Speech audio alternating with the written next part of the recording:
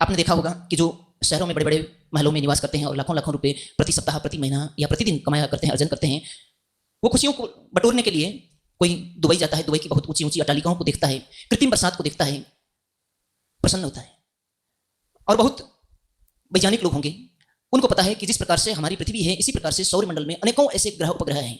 यहाँ यदि किसी के पास 100 ग्राम सोना हो तो बहुत प्रसन्नता के साथ हम जो हमारे अंग खुले रहते हैं, जो सब लोग देख सकते हैं, या तो हाथ की उंगलियों में, नाक में, कान में या गले में उसको पहनते हैं, धारण करते हैं, और हम बहुत प्रसन्न हुआ करते हैं, क्योंकि ये स्वर्ण है, बहुत अनमोल धातु है, ये हीरे है।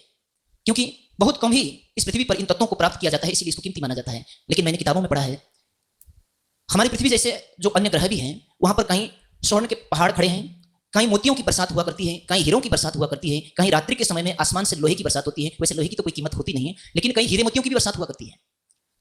ये सब जड़ पदार्थ है। इन सब को प्राप्त करने के बाद में भी जिसकी अंदर की आंखें खुल गई हैं, उनको इन चीजों से शांति नहीं मिलती। महामती जी की अंतरात्मा की दृष्टि खुली है, वो जानते हैं कि ये प्रकृति के पदार्थ हमें कब तक सुखी कर सकते हैं। हम 10 किलो सोना गले में लटकाएं, किलो किलो भर जवाहरात इत्यादि हमारे पास हो, पूरा हमारा शरीर को बोझिल महसूस कराता हो, तब भी कब तक? एक दिन सांसें पूरी हो जाएगी, उससे हम तब जाएंगे। वो हमारी आत्मा का विषय नहीं है। हमारी आत्मा का विषय क्या है? महामती जी बहुत ऊंची चीज देना चाहती है, कहती कि मेरी वासना, तुम चलो अगम के पार।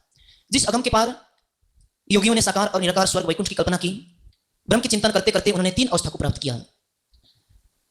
संसार में आनंद लेने वालों की 3 अवस्था कही गई हैं। एक विषयानंदी, जो विषयों का भोग करके संसारिक लौकिक पदार्थों को प्राप्त करके ही परमात्मा को धन्यवाद करता है कि हे परमात्मा, तूने मुझे जो कुछ दिया है उससे मेरी अंतरात्मा संतुष्ट है, तुमने बहुत दिया, तुम्हारी भरपूर मेहर है हमारे ऊपर, ऐसी मेहर बनी रहे। और एक होते हैं धर्म ग्रंथों को पढ़ करके, हम भी तारतम वाणी की चौपाइयों को पढ़ते हैं, मेहर सागर पढ़ते हैं, और परमधाम के सागर श्रृंगार परिक्रम इत्यादि को पढ़ते हैं और बहुत प्रसन्न होते हैं।